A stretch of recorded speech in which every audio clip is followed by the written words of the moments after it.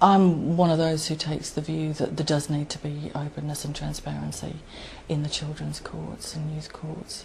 I think if people knew what was going on, they would be deeply shocked. In the criminal courts, the sort of presumption is that anybody can walk in off the street without asking anybody, without telling anybody, without any restrictions whatsoever, can walk in and can listen to what is going on. Now that provides a public supervision of what is occurring. It provides some sort of safety net, so that if there is a perception that there is injustice there, that person is in a position to raise it in the right places and to bring public pressure to bear so that wrong is put right. With the children's court, the presumption is that no one will go in unless the judge says so. But on top of that, there has been a tendency over the last few decades for local authorities to apply for what have been called gag orders, that is, injunctions that prevent people from discussing what's going on in the courts. And it's argued that that is in the best interest of the children, but when you look at some of the arguments, they're rubbish. You know, some of the arguments that are put forward in child protection couldn't be more flaky. Now, if those arguments had to answer to public scrutiny, it would be the end of them. They'd stop.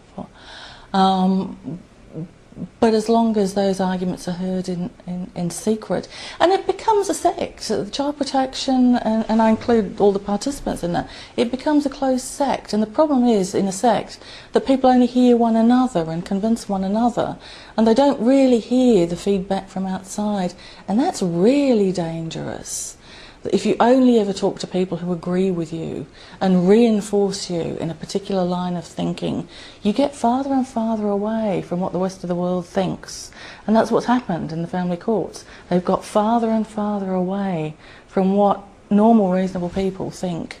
And so normal, reasonable people are shocked when they find out some of what's been going on. The public should have the right to find out some of what's occurring. So I'm of the school of thought that says we do need to get them opened up. Yes, we do need to provide some restrictions on reporting in terms of not reporting the identities of the children. So there needs to be sufficient protection of the children, which is what the relevant legislation says, that it's supposed to be about protecting the children.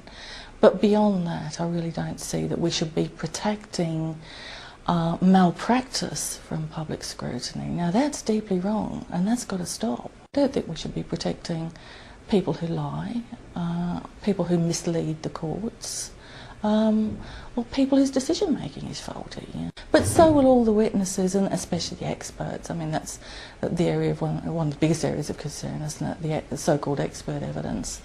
A lot of the nonsense and the malpractice that's gone on should have been stopped years ago, but one of the most effective ways to stop it is to make the courts open to